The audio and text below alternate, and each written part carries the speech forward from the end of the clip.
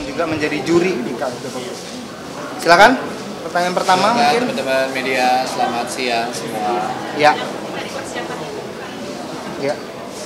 Nggak ada yang gimana-gimana kayaknya ya persiapannya ya, mempersiapkan materi-materi yang perlu dipresentasikan kalau saya gitu, karena saya ikutnya di work in progress.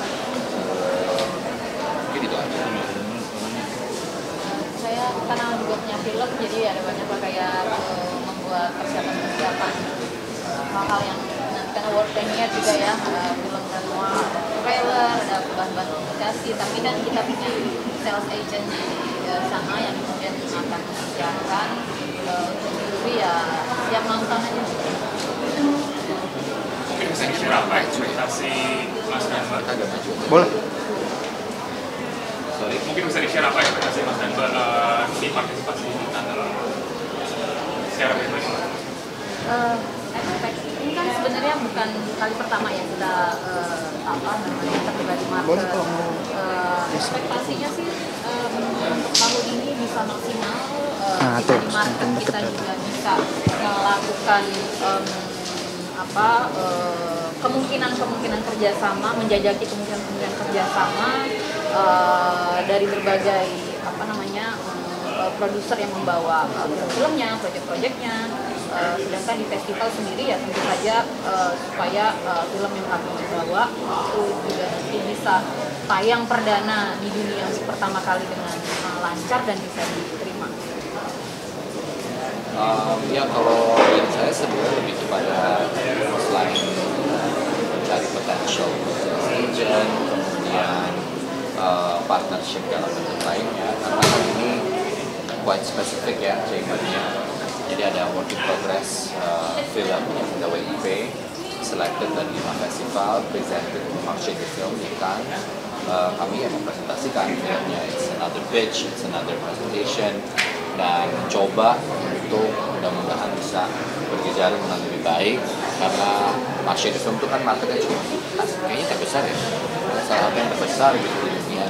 Jadi potentially akan banyak sekali stage datang ke sana, produser, kemudian mungkin ada beberapa partner-partner kolaborasi yang mungkin bisa berkolaborasi gitu. Jadi ya balik lagi sih, it's a good timing, it's waktu yang baik untuk berjejaring, apalagi buat saya pribadi gitu ya, sebagai sutradara dari Pangku, ini momen pertama kali untuk ikut berjejaring dari mulai Future Project, Hong Kong, dan sekarang ke Cannes. Saya rasa ini adalah journey yang panjang dan sangat berarti sih kalau buat saya pribadi. Peran pemerintah untuk mendukung para seniman ini bagaimana? Saya nggak bisa pungkiri ya bahwa sekarang itu kehadirannya tuh cukup terasa gitu ya.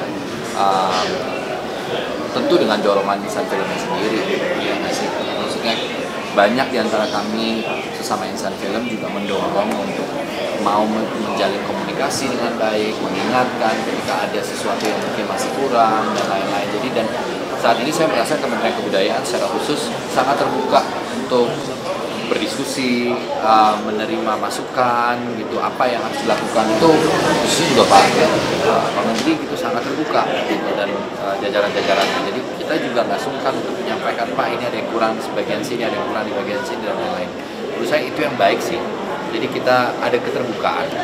Dan sebenarnya yang bagus adalah karena ada transisi yang baik gitu ya. Maksudnya support dari pemerintah yang lalu sudah ada gitu, sudah terasa.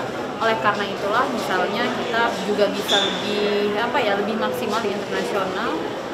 Tapi tanpa transisi yang juga smooth dan kemudian melanjutkan, ini juga mungkin kita harus menjelaskan kembali, tapi nyatanya sebenarnya setelah support dari pemerintahan di masa sebelumnya, sekarang justru dilanjutkan dan ada kemungkinan-kemungkinan yang bisa dimaksimalkan gitu. Jadi karena support dari negara itu sangat penting ya gitu, untuk memboost supaya para pelaku industri ini lebih bisa maksimal untuk mempresentasikan Indonesia.